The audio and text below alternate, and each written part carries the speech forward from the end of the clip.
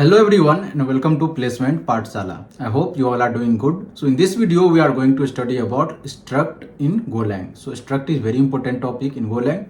Similar to classes in C++, Java, Python or any other language, we have struct in GoLang. So struct is a user-defined data types. Like we had earlier string, float, integer. Similarly, struct is a user-defined data type where we have to define a data type, what all the fields present in a struct. So it is collection of similar data, like suppose a person details. So person will have age, name, email ID and other details. All those can be stored in a single struct and we can use in the functions or in implementations. So we will be looking at the code. We will be looking at the example and try to understand the concept of struct. So let's look into the code and understand the concept of structs in GoLang. So now we will declare struct. So the syntax is first we will use type, keyword and name of the struct. So name of the struct will be, let's say, person. So we want to store person details. So struct name is person and you have to make sure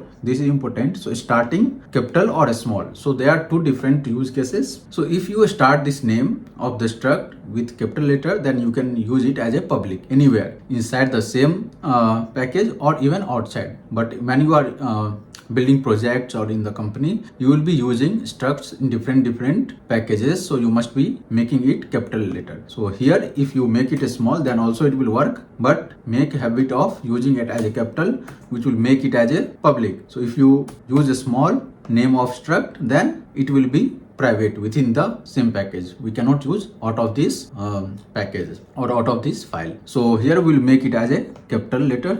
So type person and then keyword struct, and inside the braces we will have the interrelated fields. So whatever fields you want to define, you can define inside this struct. So let's say person has name. So here also it can be a small letter or capital letter. So if it's capital, then you can make it use. So you can use it anywhere. It will be public. So I will make it as a public. Name of data type string and let's say age of data type integer. So we have declared struct with the name person where P is capital because we want to make it as a public, and then struct keyword and inside the curly braces name of the fields like name and age. So here we have name and age also capital to make it public. So if you want to make it small, you can use it here, but when you will be building project, then you have to make it public so that you can use out of this function also. Now let's create a variable which will be storing the value of person struct. Let's say person equals to person. So this is the empty struct. So this is the basic syntax of struct. Now let's run the code and see the output. You can see here output an empty string and 0. This is the default value of the struct. So we haven't assigned any value to these fields inside the struct name and age. So name is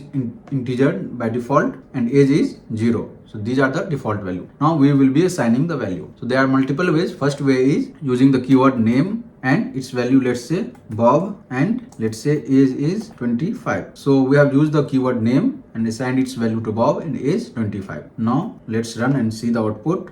You can see Bob 25 got printed. So this is the one of the way. Now what we can do, we can also try to remove this without the keyword also. This is the shortcut. You can simply assign name as Bob and age as 25. So GoLang will automatically understand you are assigning Bob to the name and 25 as a age, but you have to make sure, this is very important, the order is same as the declaration. Here you have declared name first. So the first value should be name and second value should be age. You cannot interchange the value. Let's run and see the output. You can see same value got printed. Suppose if you change the order here, if you write 25 first, and then you can see here error, cannot use Bob untyped string constant as integer value in struct. So it will be thinking this as an integer because here order is first name and age. So we have to make sure the order is correct. Now if you want to access the value, let's say, so if you want to print only name, you can use person dot notation. You can see age and name. So if you mention name here, then you can see only name. You can see name Bob got printed. If you want age, then you can access it using dot notation person dot age and it will give you person age. So this is the basic example of struct. Now we'll be looking at uses of struct inside the function. This is very important. So how we'll be using struct in a function? So let's declare one function keyword, name of the function, let's say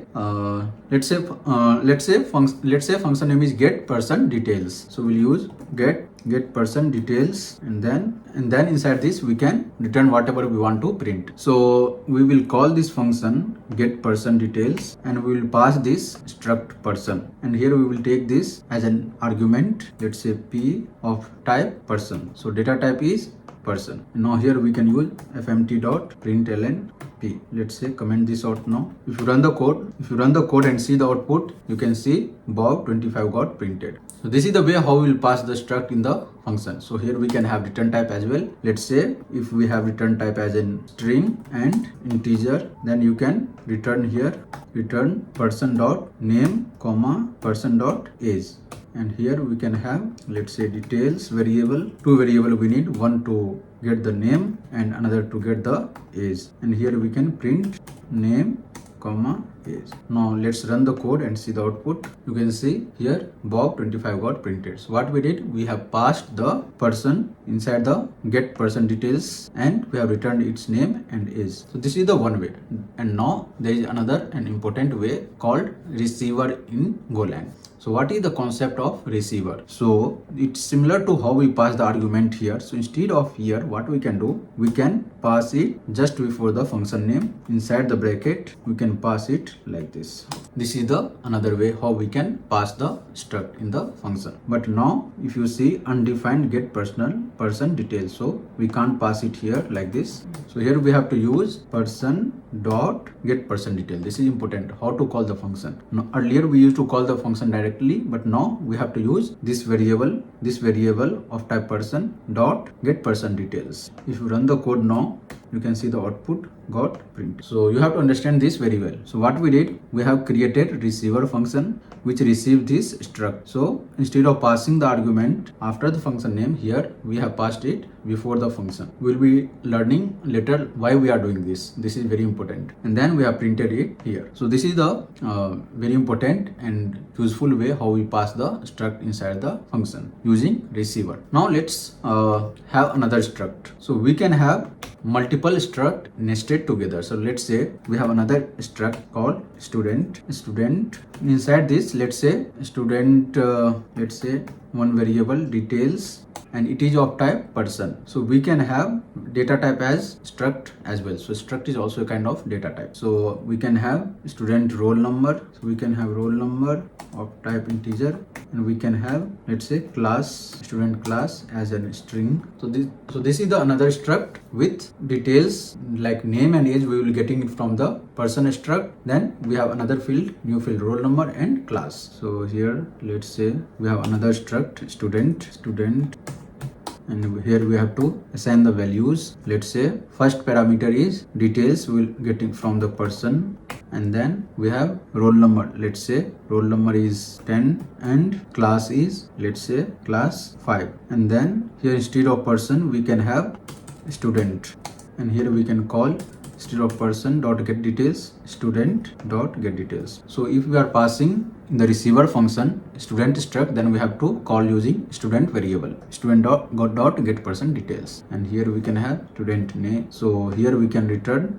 let's say, s. Here return type, let's say, is student. So student is the return type, and here we can have details and print the student details. So what we did earlier, one struct we had person, and these are the values assigned to it. Then we created another variable student of type student, and then we have this passed the person details here, roll number and class, and then we have called the get person details using student variable, and we have passed the receiver struct here, and then return the complete student struct. Now let's run the code and see the output. You can see here complete struct got printed. So this is the way how struct is used. So we can use struct as a data type to a different struct. So and we can pass it in the function using receiver function. So now we can have, so here instead of person details we can modify it to the student details. So here also make it as a student detail, and we will create another function called person detail, and here we will have inside the receiver function we will have struct person get person details. Person is the return type, and here we can return this person. So here we can call person details using the variable person dot get person details, and inside this we can print like student details and another print. Let's say this is person details and this is student details. So we have created two methods, one to get person details and another to get the student details. Now let's run the code and see the output. You can see person details Bob and age 25, student details here we have person detail like name, age and roll number and class. So this is the basic implementation of struct. So you can have different return types here and then you can print it here. So let's say in the student we have return type as string and integer, and here we can have s dot person dot name comma s dot person dot age, and here we can have two variables, one to get the name and age. You can print here student name and age, so it should be this bracket. See here we have detail field, that's why we got error, details dot name and s dot details dot age. This is the right way to print. So now if you run the code, you can see person detail and student detail name and only age got printed. So this is the basic syntax of struct, how we can use struct in various ways, how we can use it inside the receiver function. That's all for this video. I hope you have understood the concept of structs very well. Go through this video once again so that you can understand the concept very well. Try to take few more examples and practice it, then you will understand it very well. So this was it for struct. In the next video we are going to study about interface. So interface is also very important topic and it is very related to struct. So make sure you watch the next video of interface, and if you haven't subscribed to this channel, please make sure you subscribe to this channel and like this video and share this video with your friends who are preparing for placement or learning programming.